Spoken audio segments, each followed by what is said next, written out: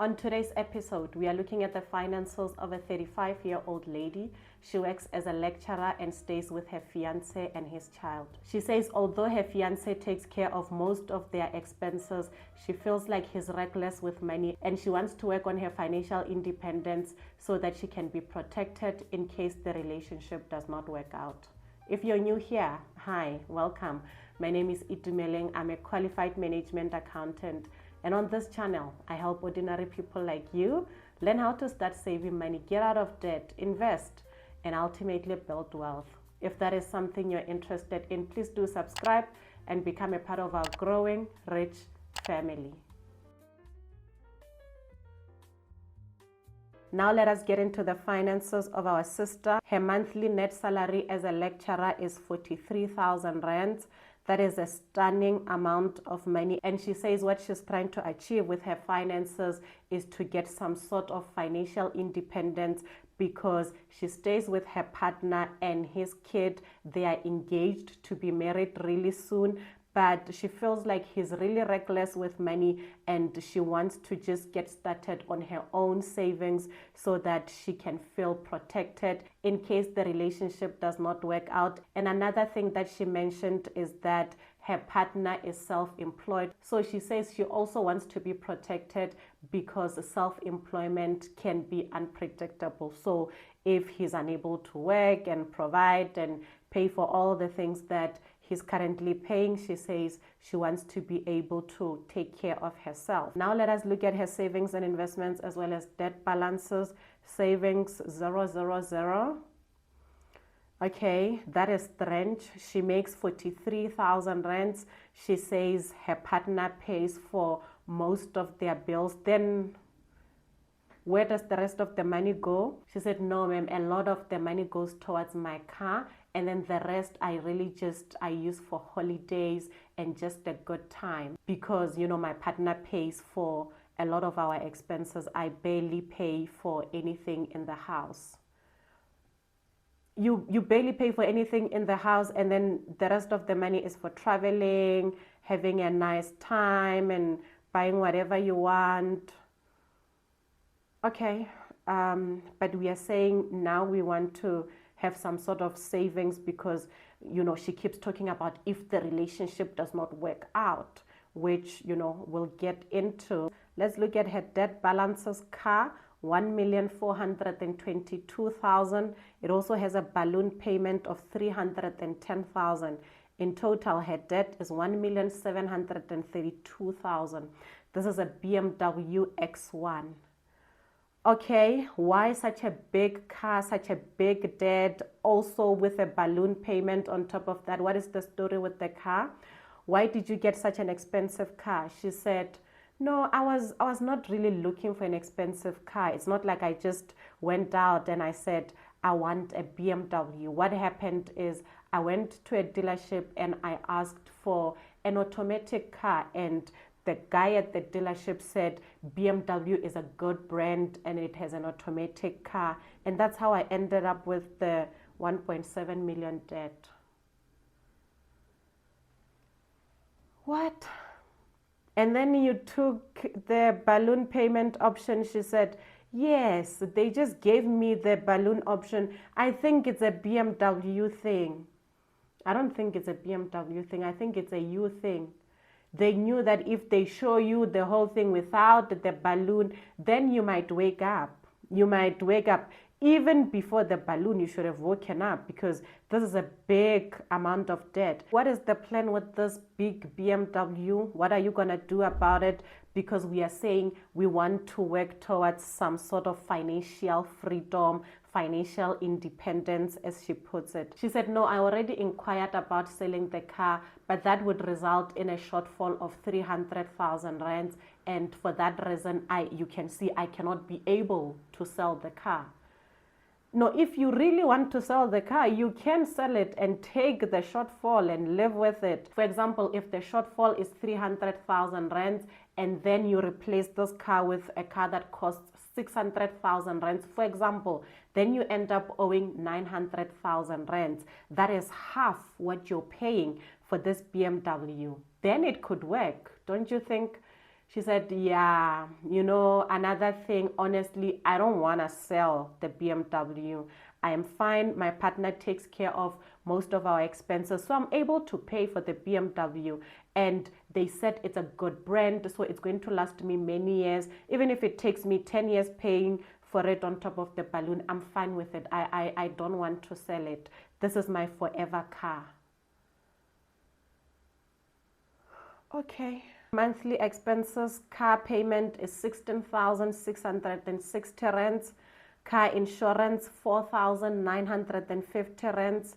Tracker, 200 rands. Already that's about 22,000 rands going towards the car. That is already more than half her salary of 43,000 rands. She said, yeah, but in my defense, I don't pay for rent. I don't pay even for the diesel of this car. I don't pay for diesel. I don't pay for groceries. I don't pay for any household expenses. My partner takes care of all of that. And I don't have any other debt besides the car. So the fact that my partner takes care of everything else is what made BMW approve me for this car. And even though it's more than 50% of my salary, I'm able to pay for it. Okay, she's on to something. Because even though like the debt is really high, the payment is really high for her income, she's not doing it alone. Her partner is sort of helping her carry this load. She said, yeah, but even though he pays for everything else, I feel like that man is reckless, and now I want to protect myself against him. I feel like he's a danger in my life. Okay, in what way? No, he pays for everything else and then he's done. He does not have any money after that. So as you can see, I have no savings. He also does not have any savings. And for someone who is self-employed, that is just irresponsible.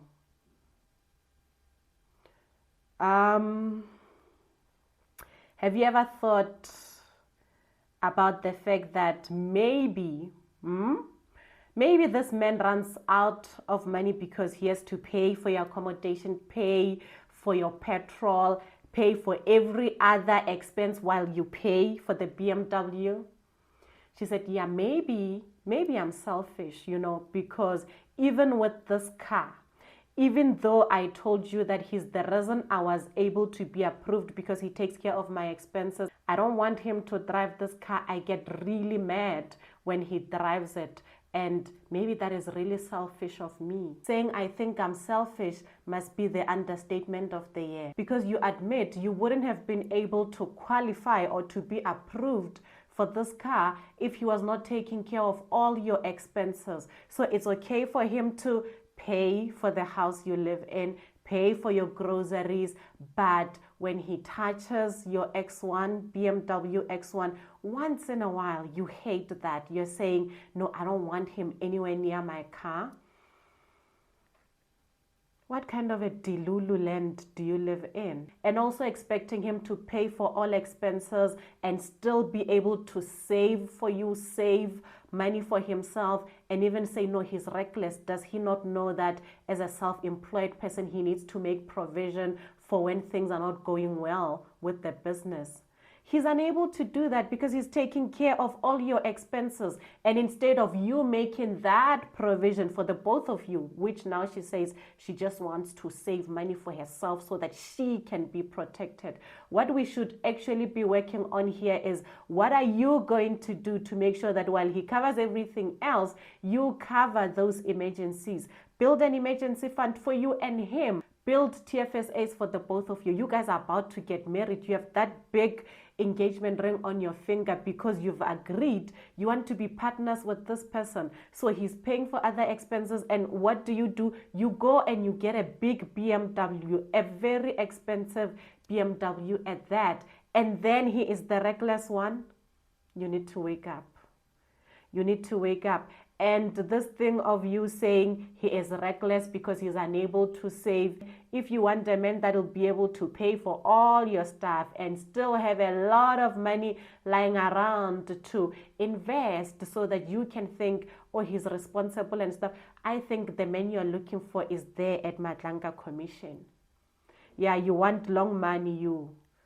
Stop stressing our brother. I think it's a bit unfair, and not to say our brother is blameless. I'm sure he has room to improve his finances. I'm sure there's something there that he can be able to, on top of paying for all these expenses, he can be able to squeeze in something for those emergencies, for those times when things are not going well, like you say. But a big part of that should be coming from you as the person that does not have a lot of expenses, and on top of that has a stable 9 to 5.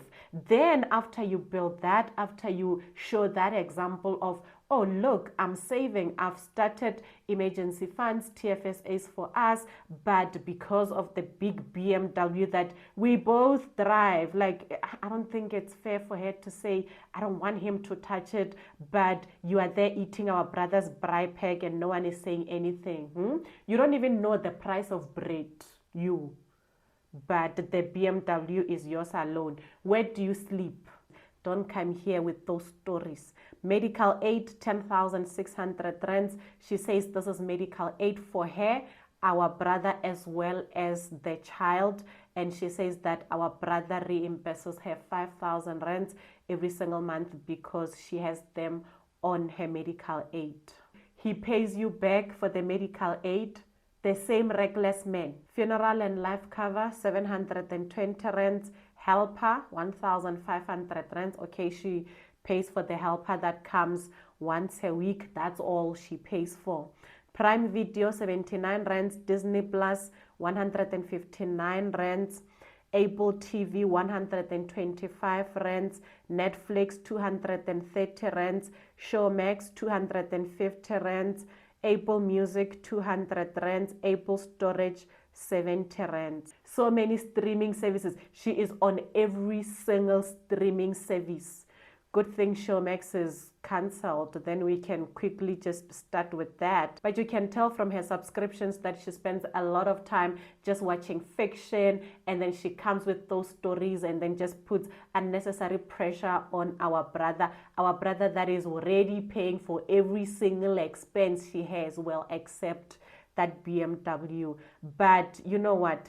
Cut back on the subscriptions. Cut back on watching TV altogether and come back to reality. Stop living in Delulu land. This is real life. You have a partner, you have a man you're about to marry. He's helping you. He is paying for your accommodation. He's paying for all expenses. You are paying for a BMW. If you want for there to be savings in the house, we work together. We are partners. Not to sit on your high throne and you point fingers, and you're actually pointing fingers at a wrong person. You must start with yourself. Like I said, I'm sure there are some areas where our brother can really improve, but we start with you, the owner of the BMW, the person with a 300,000 balloon. That is who we start with. If you can start with yourself, then maybe you might be in a position to say our brother is reckless. And maybe he really is reckless in his own way in some ways, but he knows the price of bread. You just eat it. The only thing you know is the BMW installment and someone else is reckless. No, we start with you. You say, I am reckless. And then you start working on your recklessness. Then you can start looking at the recklessnesses of our brother. No, justice for our brother. So the Prime Video, Disney Plus, Apple TV, Netflix, pick a fighter, pick a fiction, pick one Delulu land, and then recoup some of the money. We start building an emergency fund, however small. We are going to find other things to add on to that. Data, 700 rands. Stockfell 1, 3,000 rands. Stockfell 2, 3,500 rands. Stockfell 3, 2,000 rands. What is this Stockfells? What do you do with the Stockfell money? Because we know it's not like you have saved it. She said, no, it's the money that I use for my travels. I told you I like to travel, so I will use some of this money with my bonuses, and I travel with my girls, and I just do fun activities. I thought you were responsible. It's our brother, the one that pays for the roof over your head. That one is reckless. The Stokvels are what? It's responsible to blow money on Stokvels. She said, well, when you put it like that, I guess I could do better with the Stokvels. I could use this money towards savings instead of, just blowing it, and then really plan my travels accordingly. Stokvel 1, 2, 3, the Stokvels alone amount to 8,500 rands that you are losing every single month. So immediately remove yourself from the Stokvel, and then the 8,500 rands will be able to add on whatever streaming service you cancelled, and then we start building some emergency funds. She said, yeah, I really want to get started on building my emergency fund. Like I said, I want financial independence here, so that, for example, if my partner has issues with his company, I can be fine. Okay. I said, ma'am, you talk a lot about just yourself, about how you are here to get financial freedom for yourself. You want to be saved from this man that pays for all your expenses. In case he's unable to make money from his business, you want to be able to be fine. What about him? If he's unable to work, what about him? This is your husband. She said, yeah, future husband. I said, ma'am, can I ask you a question? Do you love this man? She said, I genuinely do. You do? She said, I really do. And I want things to work out. It's just that he's reckless. That word again, reckless again. I said, if you really do love him and you say you genuinely want for your relationship to work, you're going to marry this man, then we cannot continue to operate like this. I'm all for financial independence, whatever she calls it. I'm all for you getting your money together. I'm all for you being able to save and invest, have an emergency fund, have a TFSA, but not to leave out the person that has gotten you to this point. The only reason you are able to have 8,500 rands that you're playing Stokvels with and then traveling is because you don't pay rent, you don't pay groceries. It's because of our brother. It's because our brother is working really hard to make sure that you are covered. So if we are going to talk about financial freedom, why are you leaving him out? What kind of marriage is that going to be? She said, well, I never thought of it like that. I just thought since he's reckless, I need to protect myself. He also needs to be protected. You say things like, oh, if the relationship ends, what about me? What about him? We need to get to a point where both of you have TFSAs, both of you have an emergency fund. Even if it's not combined, both of you can just have separate savings. And then there's the issue of the baby. This man is not just trusting you with his life because he really thinks you're partners. He's also trusting you with his child. What are you going to do about the finances, the financial future of this baby as well? You need to stop thinking just about yourself. I know in the movies there on Apple TV and on Netflix, they'll say, just think about yourself. The world revolves around you. No one else matters. But not when you have a man that you say you want to marry and a child that looks at you like a mother and someone that you admit has gotten you to this point. Ma'am. And also with the BMW, let our brother drive that car, because if we are being honest, that is also his car. You are there touching everything in the house. You move around like the madam of the house. You cook whatever you want and there are no issues, but he cannot drive the BMW once in a while. No. Because the thing about her, she talks about this thing of wanting to build wealth. She says, by the time I'm 40, she's 35 now. She says, by the time I'm 40, I want to be rich and I want to be in a position where if this relationship ends, if his company does not do well, I am fine. But it's not just about you. And I said to her, if you talk about this financial independence, then You might have to learn to pay rent, pay for groceries. That's actually what financial independence means. It means you are paying for yourself. You know how to pay for everything else. It means you know how to pay for your own way. But just preaching financial independence while you are relying on someone and you refuse for them to rely on you in any form, but you say you want to get married. I don't know if that is the marriage she saw on Netflix, but like I said, that's not real life. So if she really wants independence, it means that she needs to get to a point where she pays for rent, pays for her fuel, pays for groceries and all her other expenses. And to be able to do that, she's going to need at least an additional 20,000 rands. Where does she get an additional 20,000 rands? By letting go of the BMW. And that is not the independence she's looking for. She wants to be able to continue to rely on our brother to be able to make the 20,000 payment to BMW, but then, be able to have her own finances, her own savings, separate from him. I don't even think our brother is safe with this lady. If our brother's business does not do well, even for 1 month, she's going to say, no, you are reckless. I told you, you were reckless. You were unable to save money on top of paying for our expenses. Meanwhile, she is sitting in her big BMW and she also has no savings. So what she needs to figure out in order to be able to move forward is, does she really want this relationship, marriage with this man? Then from there, that is where a lot of things are going to be able to flow. But when you say you genuinely love someone, but you don't want them to touch your BMW, you don't want to include them in your financial future, it makes me wonder. So off to therapy they go. She said she's going to speak to him and they're going to get started on therapy so she can unpack this selfishness.